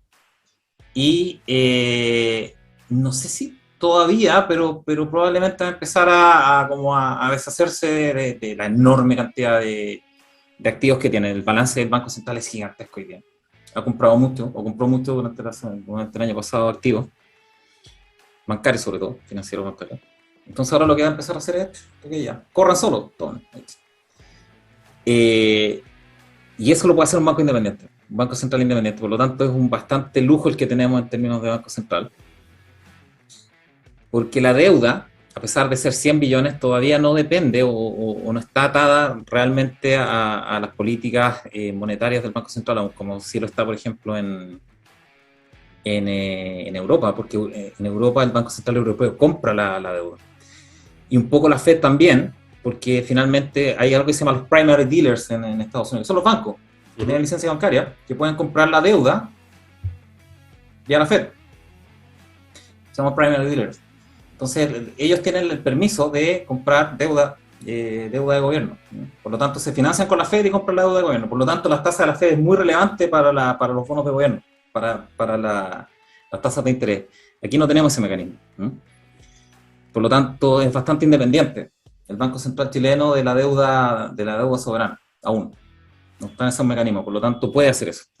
Así es que en ese sentido sí es bastante sana la relación del Banco Central con la economía, aún, la del Banco chileno. Duele, pesa, claro, pero los desbalances que provocamos el año pasado inyectando la cantidad de lucas, adicional a la inflación que se provocó por cadenas de abastecimiento, tuvimos la peor combinación posible el año pasado. ¿Cómo voy a explicar un poco? ¿Por qué se produce la inflación? Hay tres tipos de inflación. Hay una inflación de activos, por ejemplo, las acciones cuando suben, o las casas, que eso es donde se concentra capital en esos activos, en esas clases de activos, pero eso no se refleja en el nivel de precios general de la economía, no se refleja en el IPC o en la UEF. Si suben las casas, o suben las acciones, o suben la renta fija, los bonos, no se nota. ¿Me escuchan? ¿Sí? Sí, te escuchamos, sí. Eso no se refleja en el nivel de precios generales. La gente no lo percibe en el consumo habitual. El otro tipo de inflación tiene que ver con la apreciación o depreciación de la moneda, que es, obviamente nosotros sufrimos mucho con el dólar. El dólar se apreció mucho, por lo tanto nuestra moneda se depreció, y por lo tanto las cosas importadas subieron mucho de valor, de precio, por ese efecto. Entre ellos los autos, por ejemplo. Yo no puedo creer que un Jimny cueste 15 palos. ¿Qué onda está aquí? Claro. Y los otros todavía se pasaron. Y el otro adicional, que es el clásico, lo que siempre vemos es la oferta y demanda.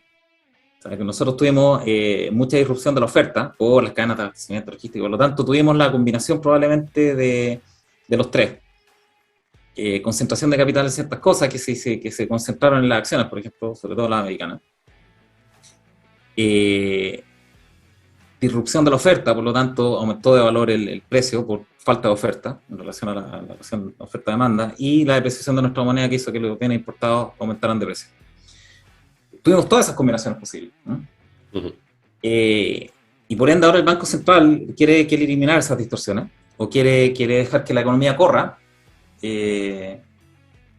por porque hay por las inyecciones obviamente de liquidez y la tasa de política ultra relajada que tuvo hasta mitad del año, pasado. Ahora corre solo la economía, ya no necesita incentivos monetarios, ya no necesita incentivos centralizados. Que corra la economía sola, que le vamos a quitar los incentivos monetarios a la creación de dinero, etcétera. ¿Cuál es el problema de eso? Para eliminar la inflación, que el gobierno corre, o la parte fiscal corre por cuenta propia. O sea, el gobierno, la próxima administración se va a endeudar a dos manos y va a reventar las tarjetas de crédito y le da lo mismo a las tasas de interés. Va a ser igual. Por lo tanto, no va a restringir la deuda de gobierno y la entrada de capitales del gobierno, del Banco Central. ¿Cuál es la ventaja de eso? O cuál es la...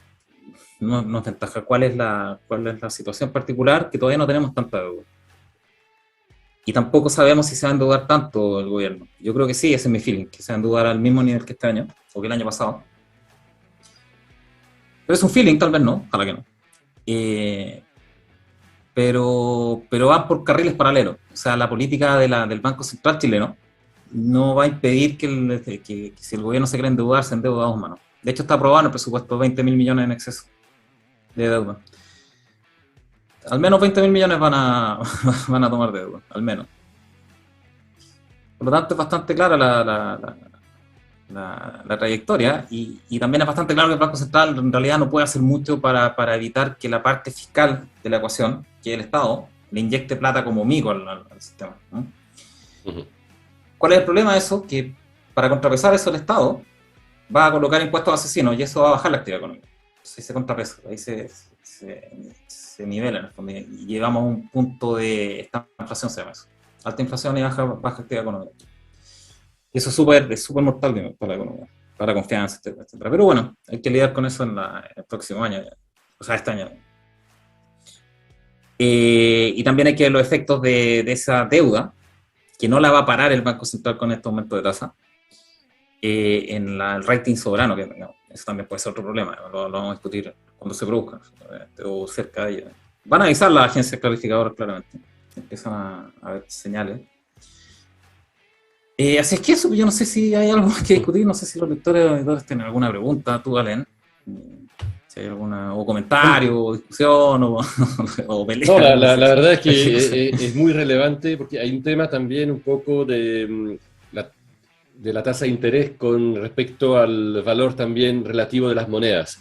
O sea, la tasa de interés entre bancos centrales, Japón, Europa, Estados Unidos básicamente, también tiene que ver lo que tú describiste con un efecto relativo entre sí. Cuando están todos en cero o cerca de cero, bueno, la verdad es que no compiten una con otra. Un poco como cuando todas las monedas, cuando el dólar baja, el euro baja y el yen baja, en realidad, bueno, se mantienen más o menos al mismo nivel relativamente, ¿no?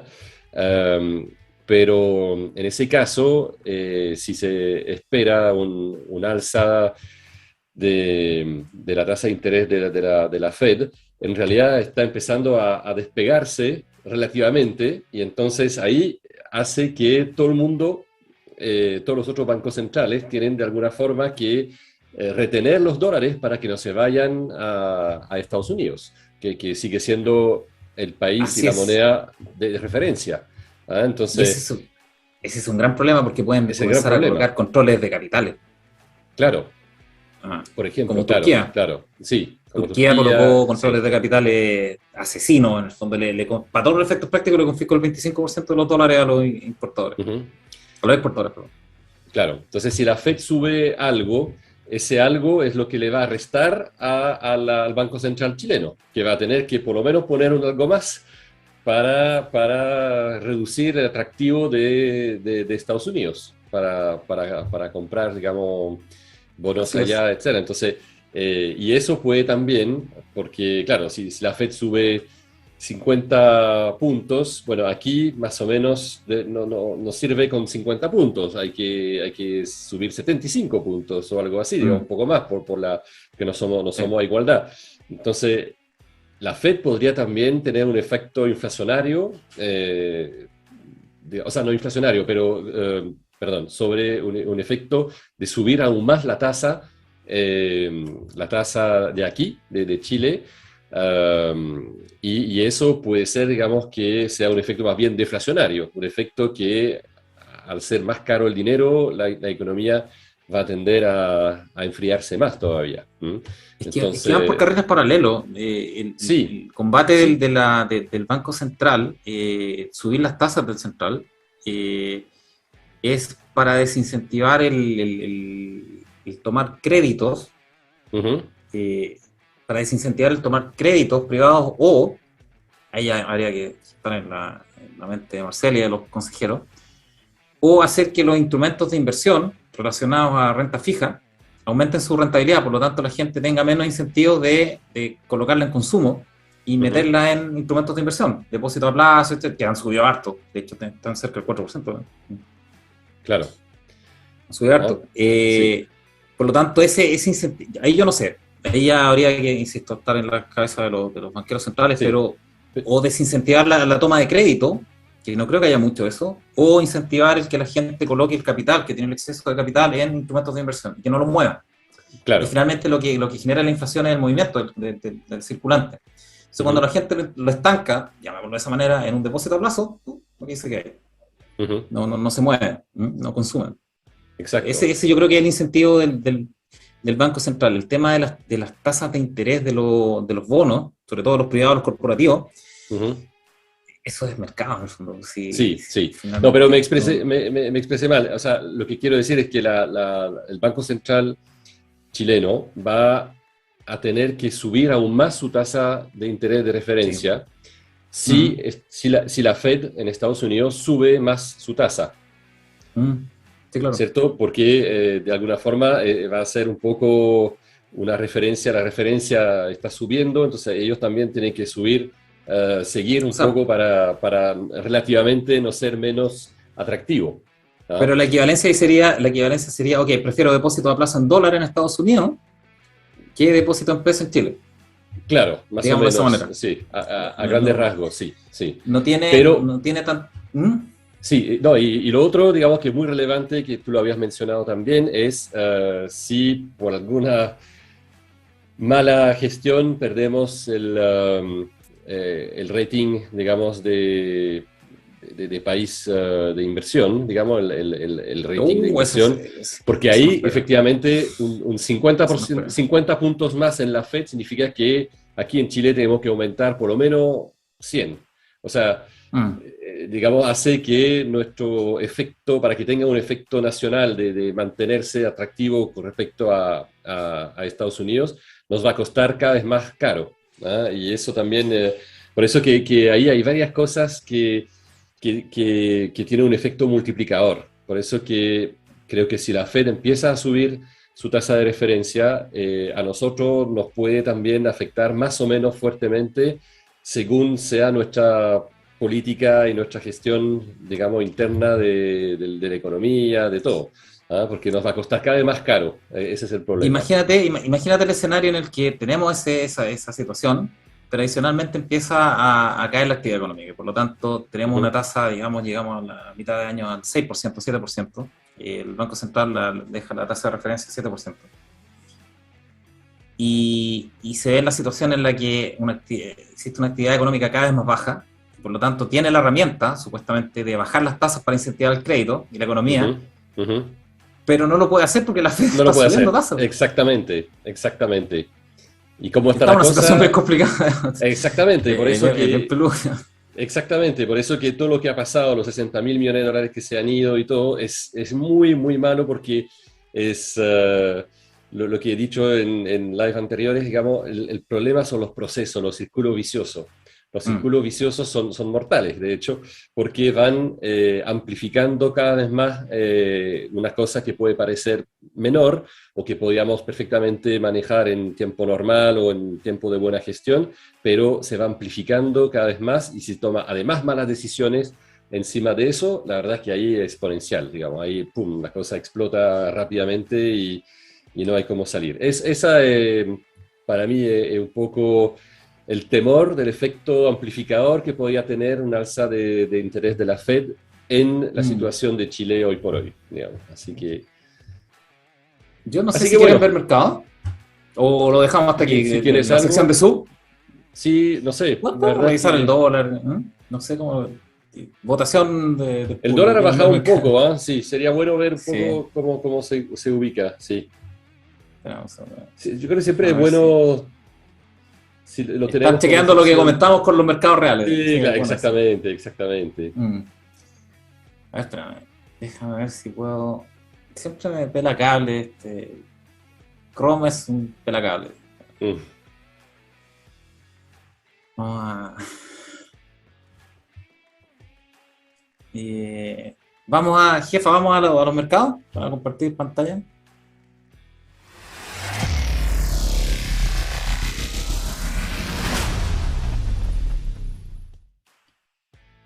Ya. Espérame.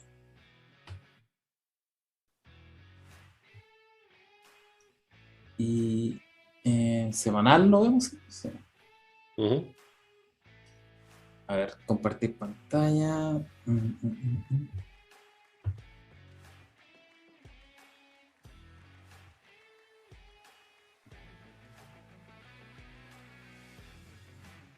¿Se ve? ¿Sí? Sí, ¿Sí? sí, sí. Eh, a ver, estamos en el dólar. Ta. Dijimos que el 8.58, no, el sub lo tenía marcado los niveles. Tenía marcado los niveles. Venga a insertar 8.58. Dijimos que esa era una resistencia grandota. Claro, Ahí, de sí. hecho. ¿Mm? Ujú, sí. Que fue bastante. A ver, pegó justo. Fue a buscarle, pum. Ujú, Está bueno eso. La siguiente sería 8.34, si no recuerdo. claro. Ya, bueno. Está 8.34. 8.35. Por ahí. También ya la superó. Y Ujú. la siguiente etapa sería acá. A ver, como para. Pinta mucho que va a llegar a los 800. ¿Mm? El Pinta mucho. 800. Sí, Mm. sí. Pinta mucho ese trayecto, como que Ujú, no tiene demasiada resistencia, al menos a nivel de precio. Ahora, la lógica fundamental, llamémoslo de esa manera. ¿Cuál es la expectativa de la economía este año? Que van a aumentar los impuestos se pagan en pesos,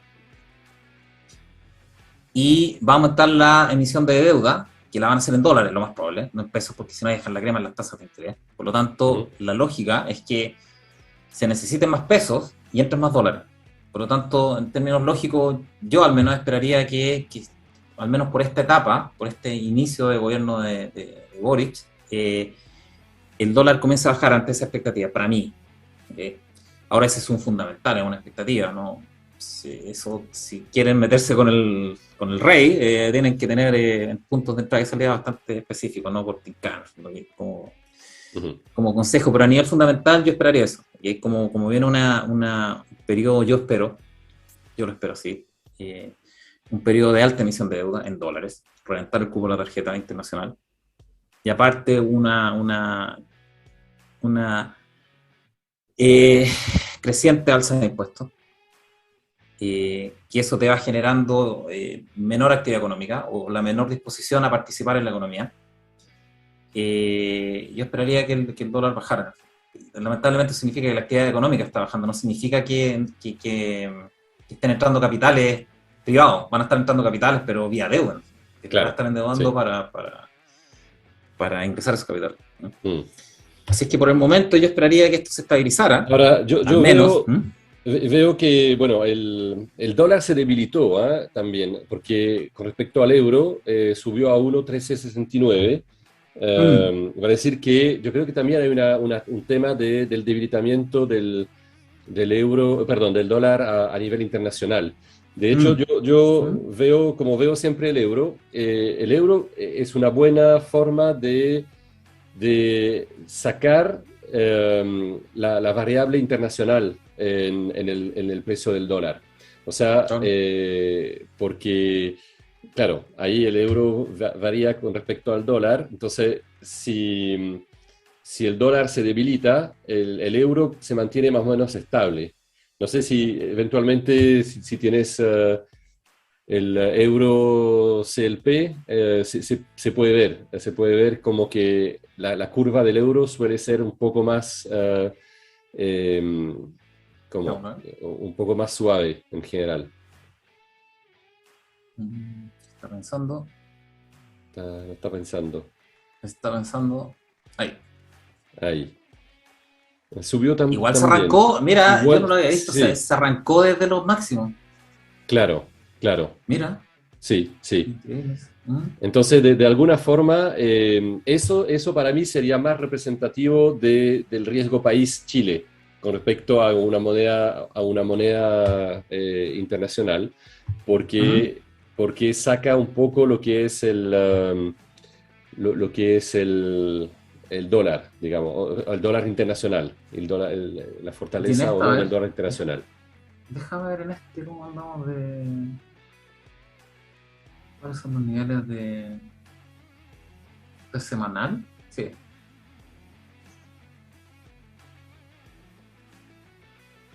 Lo que pasa es que yo creo que las escalas se ve también una baja, pero si uno tuviera Mm, exactamente la misma escala, yo creo que sería menor a la que vimos con el dólar. mm. Pero bueno, eso es un poco difícil verlo. 9.20 y acá, aquí. Tienen los dos niveles hasta ahora, ¿eh? Aquí. Tiene proyección hasta los 9.20, está en 9.41, 9.20, Ujú.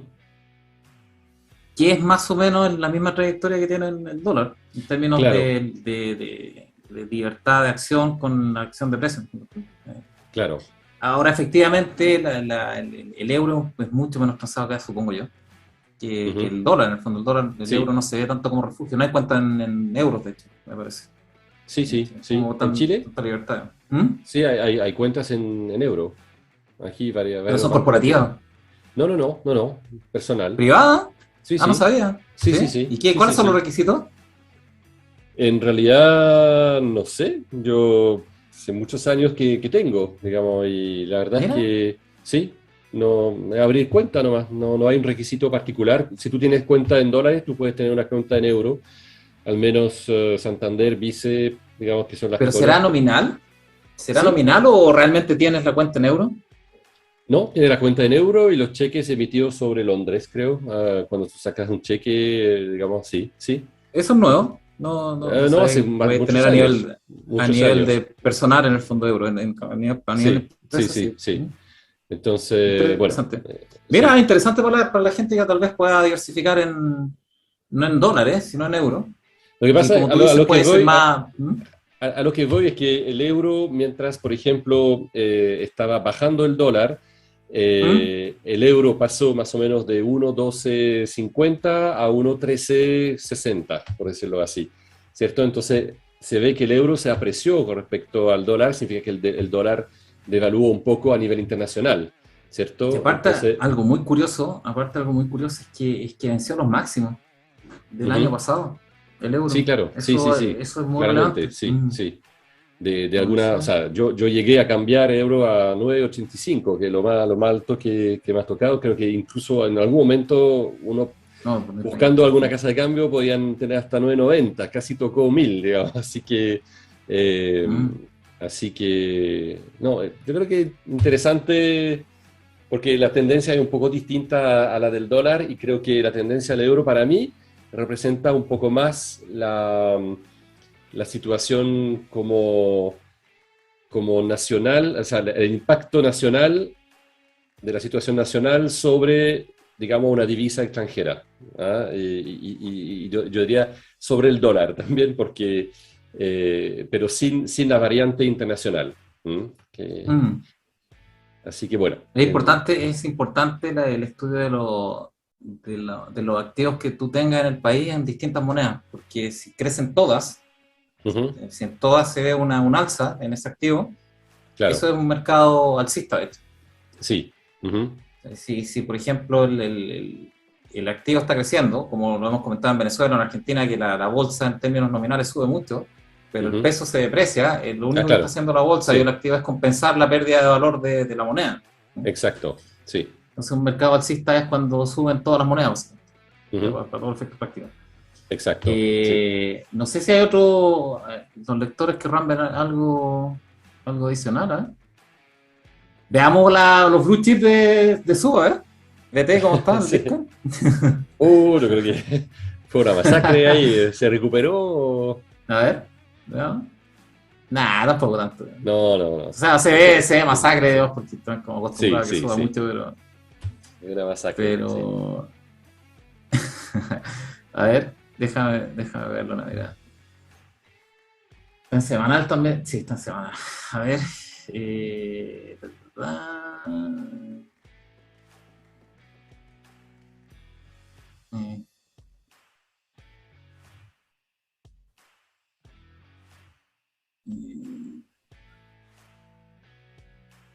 justo. Ese es un soporte. Y lo pasó de largo. A ver, ¿qué otro soporte tenéis como yo creo que supongo que como son holders la gente de Bitcoin, que hay gente que cumple y mantiene, sí. Lo importante son los puntos de entrada, yo creo, no de salida, ¿verdad?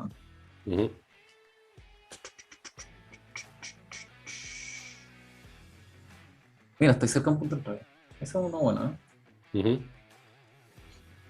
Sí, yo creo que lo habías comentado hace poco, que alrededor de los 39.000, 40.000 era un punto de entrada que voy a ser interesante. Pinta bien ese.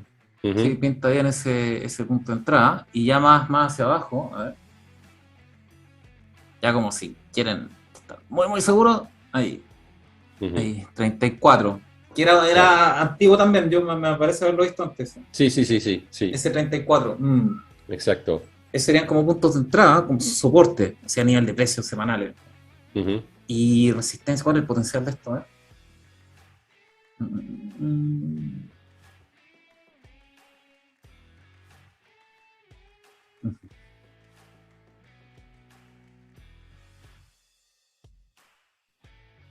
58.6.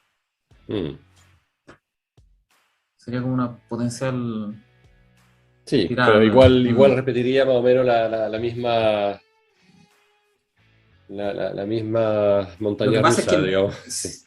Lo que pasa es que cuando hay nuevos máximos, en general sube el techo de nuevos máximos. En general, no siempre. Claro. Igual cuando hay nuevos mínimos, te baja el piso. O sea, tienes una entrada más baja y por lo tanto más atractiva. O sea, cuando se producen nuevos mínimos, ¿no? En general. De lo que uno puede ver. Así es que eso con Bitcoin, no sé si quieren ver algo más de blue chip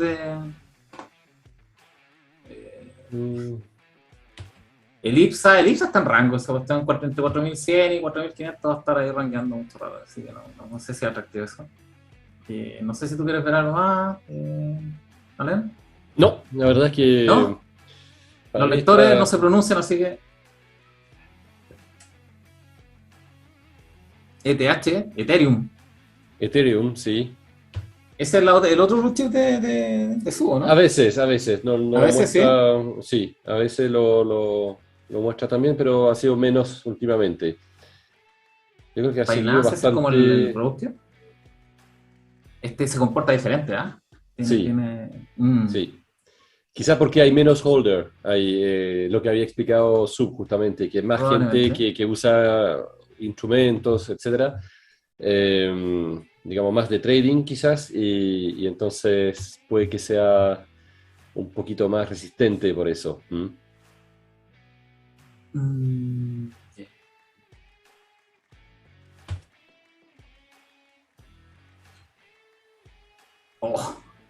Es bueno ese rango. Está peligroso ese rango. Tendría que cerrar semanal sobre este para que esté fuera de peligro, digamos así, al menos a nivel de precio. Mira, no tiene nada aquí. Nada que lo soporte el precio. Claro. Ojo allá, para los holders. Claro. O sea, si son holders, da un poco lo mismo, pero sí. Ojo ahí, está peligroso este rango. Puede ser una baja considerable y no tiene soporte todavía. O sea, aquí está el soporte. A diferencia del Bitcoin que tenía como se veían como más soportes. Claro, ahí se ven velas bastante grandes también históricamente, ¿eh? Se ve rayas Por ahí eso como son. bien, sí. Mira Es esta. como, no, no apto Esa para está sudada cardíacos, de digamos. No Eso apto para cardíacos. Claro, no sé. Pero insisto, aquí este rango está bien peligroso. Mm, Si cierra por sobre esta a nivel semanal, ahí puede ser una buena entrada. Puede. Disclaimer, ujú. programa de entretenimiento, pero mientras está aquí bajo no, difícil esta, pero bueno. Así es que eso, no sé qué otro activo quieren ver. Bonos de Chile, ese es interesante, ¿eh? De veras que no lo hemos visto. Para verlo, el ratio del CL de año. Ah, subió hoy día, lamentablemente subió, y subió harto. El bono en pesos. No sé si lo ha reflejado acá esto, ¿verdad? Sí. Ahí, sí. Mm. Lamentablemente está subiendo, que Sí. es la trayectoria, ¿no? Sobre todo con la Fed subiendo, va a empezar a subir tasas y eso va a afectar a todo el mercado de capitales, que significa crédito, ¿no? Los créditos van a seguir subiendo, Ujú, las tasas de los créditos y obviamente con ello también las restricciones y las condiciones para pedir uno. Eh, Lástima, digamos, ¿sí? ujú. Sí, Eh, la verdad es que está muy alineada si mm, tuviéramos ahí lo que la conversamos con media, esto. sí, la verdad es que está muy, muy alineada. Mm. Ahora sí hay que pensar en una degradación de clasificación. Así no, ahí sí, sí, Aquí, rango hacia claro, arriba. claro. Estamos hablando de, así como rápido,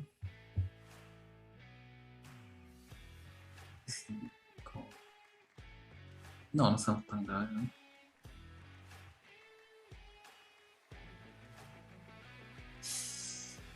8 fáciles, ocho Yo creo que sí, extracción sí. fácil de tags. Mm, ujú, Sí, pues sería un rebote, ¡pum!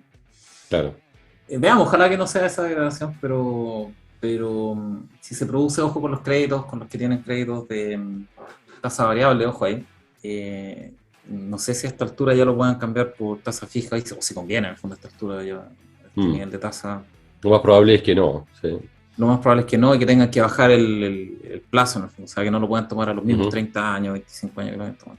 Sí, yo creo ujú. que hay que ajustarse de pantalones, ¿no? Si ya no va a Claro, seguir yo creo que hay dentro muchas de. cosas ya que no podemos hacer, No, no, ¿ah? O nada que hacer. sea, no. Si no se hizo hace 3 años, Mm. 2 años, la verdad es que ya es muy tarde, ¿ah? Eso fue 18 de octubre de 2019, ahí cambió todo. Así que, ¿Qué es el TIP? La tasa interbancaria. Está en 5,34. Esa es pero ha bonita subido, también ¿ah? de ver, pero esa no. Sí, ¿Ah? ha subido también, ¿ah? Sigue Mm, subiendo. 5,34 creo que está.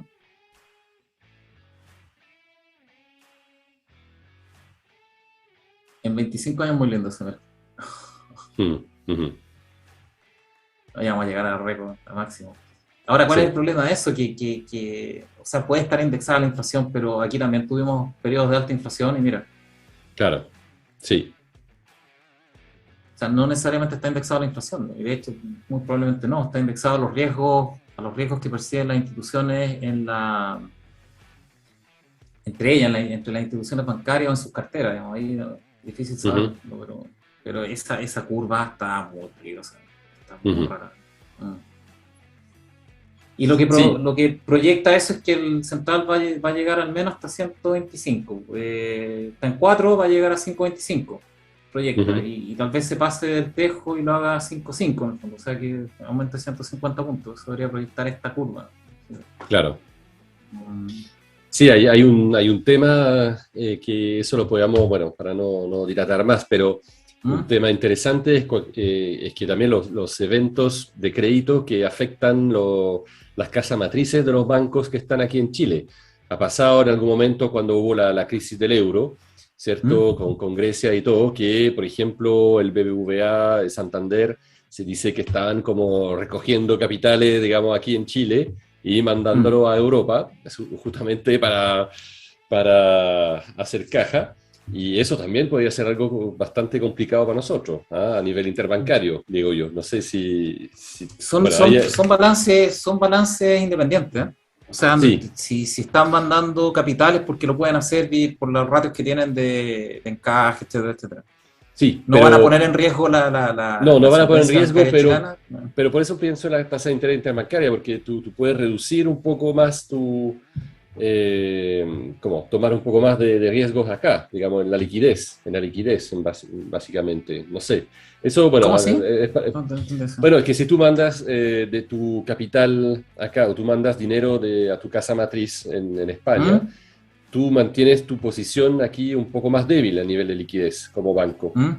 Entonces, eventualmente, si se sabe, los bancos a lo mejor no se van a prestar con la misma Ah, confianza a sabiendas que el otro banco es un poco menos líquido que antes, porque lo despojaron un poco, digamos, de su liquidez para alimentar la casa matriz. estás Y, tirando el dato, ya el que entendió en el fondo.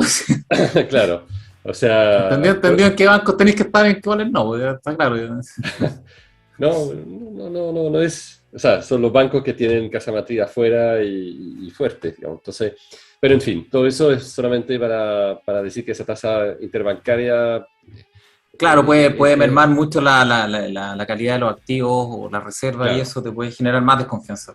Probablemente claro, no te genere una exacto. insolvencia ni mucho menos, pero puede aumentar mucho más esta tasa y eso Entonces, de obliga nuevo, al Banco Central a subir más. Mm. claro, o sea, de nuevo en el tablero que tenemos como piloteando el avión, digamos, ahí son luces rojas que pueden aparecer a ver. Por eso es interesante mantener un ojo sobre esa tasa de interés interbancaria, ¿no? Yo diría que púrpuras con verde las luces, o sea, bien guasones que Sí, entonces, no porque de sé. alguna forma es exactamente lo que tú estás diciendo, la confianza. O sea, cómo medimos la Ah, confianza en el dinero. Yo creo que la tasa interbancaria es súper importante, es súper importante, sí. súper Eso se importante. mide, eso es la confianza entre instituciones bancarias y las instituciones Exacto. bancarias tienen Gente las que carteras sabe. de crédito y aparte tienen las carteras de crédito de los activos o de los Sí, créditos de la economía, en el fondo. Tienen de la las economía. carteras de los Sí, dividendos, de los créditos de son súper comerciales, comercio internacional. profesionales, o claro, Por eso, o son sea, grandes si se profesionales. empiezan a desconfiar entre ellos, Exacto. significa que están desconfiando las carteras, significa que Sí, están sí, desconfiando la sí, economía del país, claro. básicamente. Por eso es muy, muy relevante como índice de Muy confianza, relevante. ¿no? Sí, sí. Así que, Yo bueno. creo que eso, voy a Sí, terminar de compartir. Eh, Se alargó bastante el programa, casi sí, al completado, final ¿no? íbamos a hacer cortita, pero La voy a hacer corta. así Pero al es. final se alargó igual la cuestión. Es que es muy entretenido conversar estos temas. Ojalá Sí, sí. lo hayan disfrutado los auditores y lectores. Estuvo muy entretenido, estuvo muy divertido esto. Así es que saludos a los lectores y auditores. Ya terminamos ya con esta revisión más extensiva de los mercados. Saludos también y un gran abrazo a Ben y a los chicos a Pablo y a Su, ojalá estén disfrutando. Y a Sub también, sí, claro, sí. Estén Ojalá disfrutando que con la su próxima familia. semana nos veamos de nuevo. Sí, de todas maneras. Y, y eso, me despido, lectores, estimadísimos lectores y auditores, ojalá lo hayan pasado bien. Y nos vemos la próxima semana. ¿Mm? Muy ¿Está bien? bien, buenas noches a todos. Buenas Un noches, placer como siempre. un abrazo, Estén muy saludos. bien.